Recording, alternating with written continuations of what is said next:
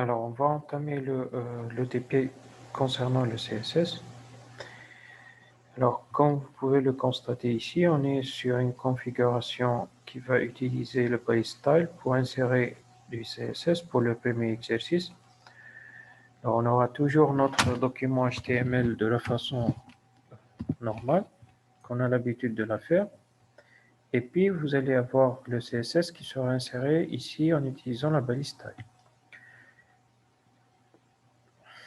Alors, on a dit pour appliquer CSS sur une partie bien spécifique de la page, on va pouvoir utiliser ce qu'on appelle les classes. Et ici, on a défini deux types de classes. La première classe qui s'appelle paragraphe 1, la deuxième classe qui s'appelle paragraphe 2. Et alors, pour chacun de ces paragraphes, on va appliquer des styles spécifiques et on va aussi appliquer des styles par rapport à toute la page. Et là, on n'a pas besoin d'effectuer de classe. On va utiliser directement la balise body qui va être notre classe principale ou notre aspect principal concernant toute la page.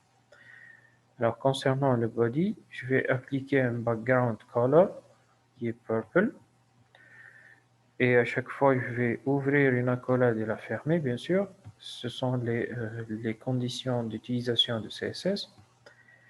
Alors, pour paragraphe 1 ou parag 1, alors, je vais appliquer une couleur.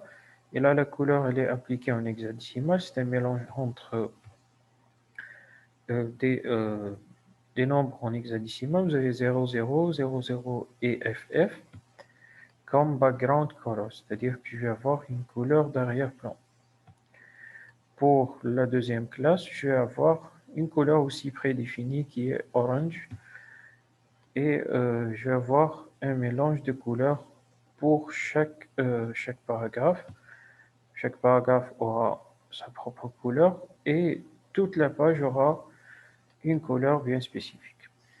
Alors, si je veux, par exemple, appliquer une image comme background, comme arrière-plan, j'ai besoin de spécifier le nom de l'image.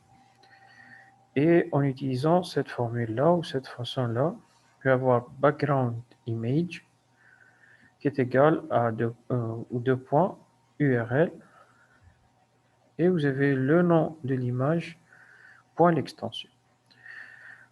On est toujours sur une image qui se trouve dans le même dossier que la page web. Si je suis sur une autre configuration, je dois spécifier tout le chemin de l'image en considération afin que je vais avoir mon background ou mon arrière-plan sous forme d'image. Alors, l'autre opération, c'est avoir un dégradé de couleur.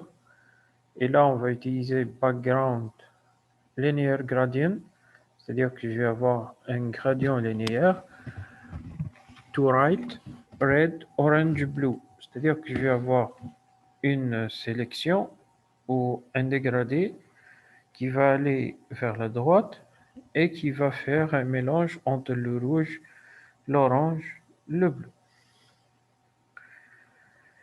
Alors, si je vais spécifier aussi, où je vais appliquer mon background sur une petite partie, je vais utiliser background size et là, je vais avoir 25% et je vais faire une répétition, c'est-à-dire repeat ou background repeat. Je vais avoir ma page avec des répétitions, repeat -x veut dire jusqu'à la fin de la page, c'est-à-dire que je vais avoir jusqu'à la fin de la page une répétition de ce dégradé. Et je peux avoir aussi la définition de la position du background ou bien de l'arrière-plan. Ici, top left et top right. C'est-à-dire que je suis sur le top, c'est-à-dire le haut de la page, et je vais appliquer mon background dans le haut de la page, que ce soit à droite ou bien à gauche. Ça concerne le premier exercice. Alors, pour le deuxième,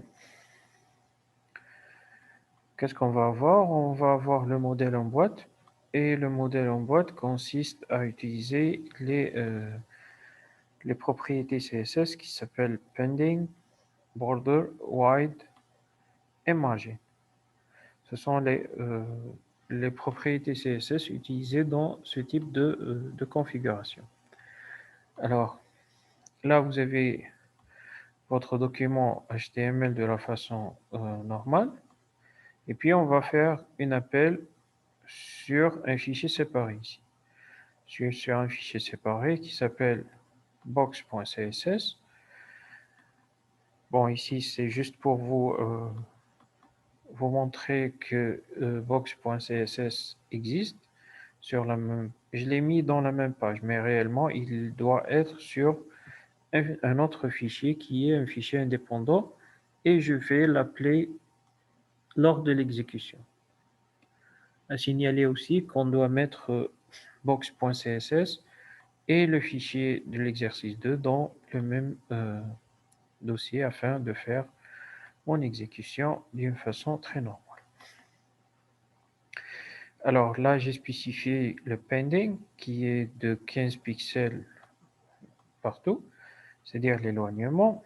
Je vais avoir le background clip, c'est-à-dire que je vais avoir des boîtes qui seront en background, c'est-à-dire que je vais avoir le background sous forme de ne pas influencer sur mon modèle de boîte. Alors, les bordures de la boîte, border, c'est 15 pixels, c'est-à-dire la taille. Et je vais avoir solid line, c'est-à-dire que je vais avoir le type du trait utilisé ou la couleur du trait utilisé. Wild, c'est 300 pixels, c'est-à-dire la largeur des boîtes. Et le background de ces boîtes sera green, c'est-à-dire que je vais avoir un background green. Et les marges, en margin, je vais avoir du 80 pixels avec un éloignement automatique et uniforme.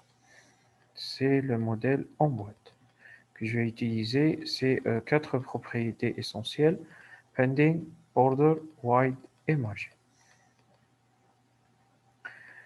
Alors, à l'exercice 3, c'est le même principe, mais je vais ajouter des propriétés par rapport au texte.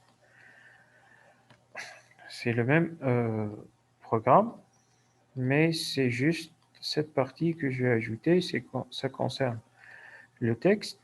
Et là, on a ajouté des propriétés par rapport au texte. C'est font family. Je vais utiliser une famille de fonts par rapport au texte, c'est-à-dire la façon de faire l'écriture.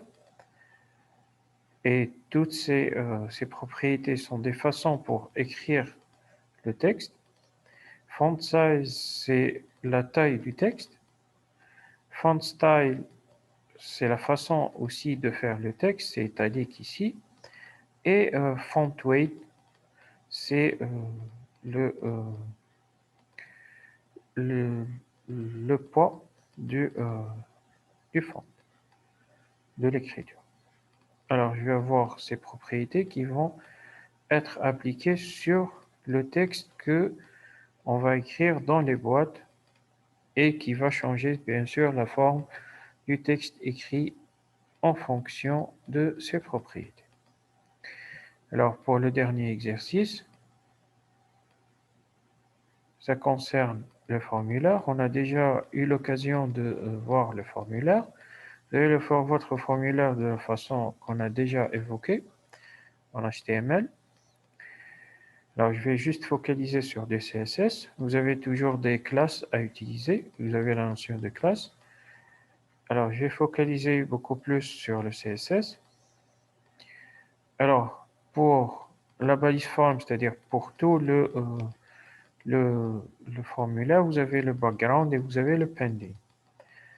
Pour la classe .form1, je vais avoir un background spécifique qui est aqua et je vais avoir un pending spécifique.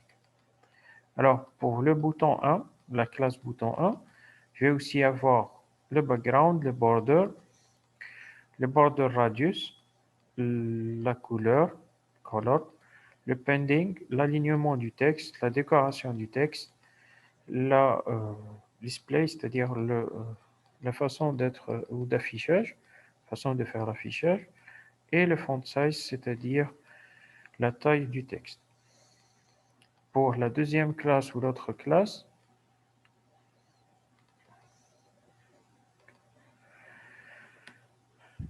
alors pour l'autre classe qui est .button2, je vais avoir aussi les mêmes propriétés qui vont juste changer, c'est-à-dire le background, les borders, la couleur, et ainsi de suite, la décoration du texte et le font size. Et là, je vais obtenir un formulaire qui sera mis en forme en utilisant CSS. Alors, cela concerne le TP du CSS. Alors, le prochain TP, on va faire des exercices concernant le JavaScript.